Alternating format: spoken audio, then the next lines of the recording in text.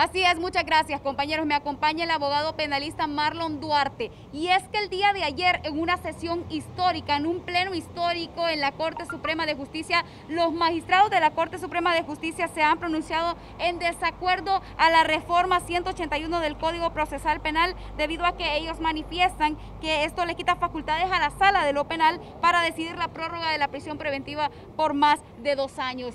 Abogado, ¿cómo reaccionar ante esta decisión? Bueno, cada quien tiene su criterio, o sea, el que le otorga las facultades a cualquier órgano jurisdiccional mediante una ley es el Congreso Nacional. No veo yo el término de que le quite facultades a la Corte. Es más, yo pienso que el hecho de reducir el término de la prisión preventiva por 2 años y medio me parece un acto estrictamente prudente, y así lo han dicho las múltiples sentencias a nivel internacional, que parece excesivo el hecho de 2 años y medio. Lo importante sería establecer qué es lo que trata el artículo 181.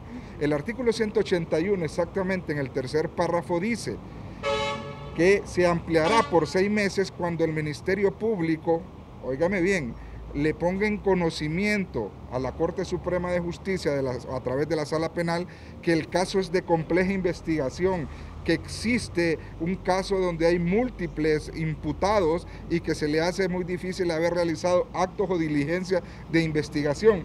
Pero resulta ser que después de que usted está 2 años preso, el Ministerio Público en el 99.99% solicita 6 meses más de prórroga, aduciendo que es un caso de compleja investigación y que le falta investigar más.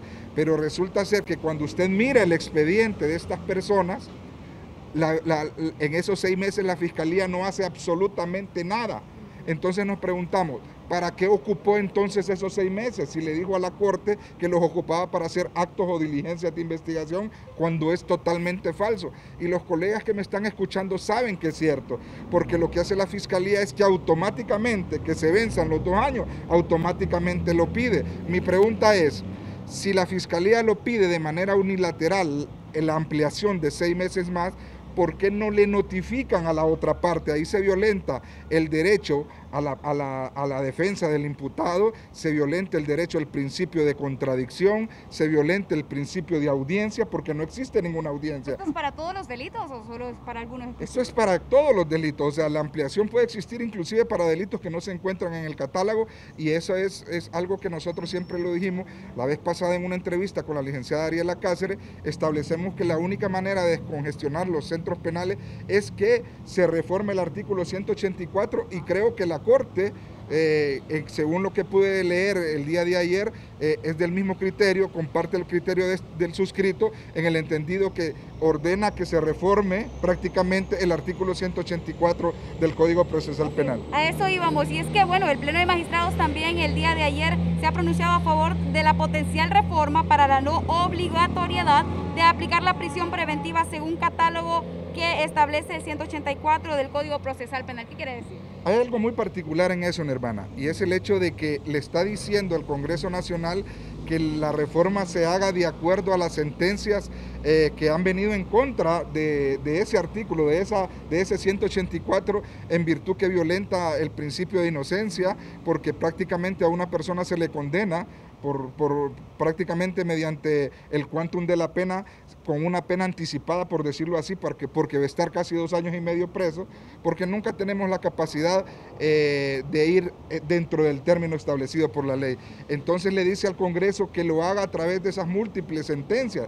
Quiere decir que desde hace tiempo que salieron estas sentencias, porque hay sentencias del 2016, 2017, 2018, se está violentando los derechos humanos de los privados de libertad al haber aprobado el 184. No le está diciendo que lo reforme por la emergencia del COVID, le está diciendo que lo reforme porque efectivamente la Comisión Interamericana de Derechos Humanos, el Tratado Universal de Pactos Civiles, el Tratado Internacional de Derechos Humanos, le está diciendo que se ha violentado los derechos humanos de los privados de libertad por la aplicación del 184, y poniéndole al juez una camisa de fuerza para que solo le pueda imponer la prisión preventiva a las personas que son acusadas por ese delito. Ahora ya no existe la imposibilidad, en todo caso, según la opinión de la Corte. ¿Camisa de fuerza podría decirse entonces? Ya no podría existir. Lógicamente hay que esperar que el Congreso lo apruebe. Yo les quiero decir algo que es muy importante. el hecho de que el Congreso le pida una opinión a la Corte Suprema, no necesariamente tienen que acatar estrictamente el Congreso Nacional el hecho de hacer a cabalidad lo que le está diciendo la Corte, porque entonces no tendría sentido tener Congreso Nacional en Honduras, porque solo con el dictamen de a cualquier institución que le pidiera una opinión, entonces tendrían que... Entonces, en conclusión, eso no vinculante, abogado. No, es un dictamen no vinculante, lógicamente lo tienen que escuchar, porque prácticamente al hacer un análisis de ese dictamen emitido por la Corte Suprema, no le dice que la petición hecha por el Congreso Nacional para ponerlo en conocimiento de lo que se pretende reformar, violenta algún artículo constitucional.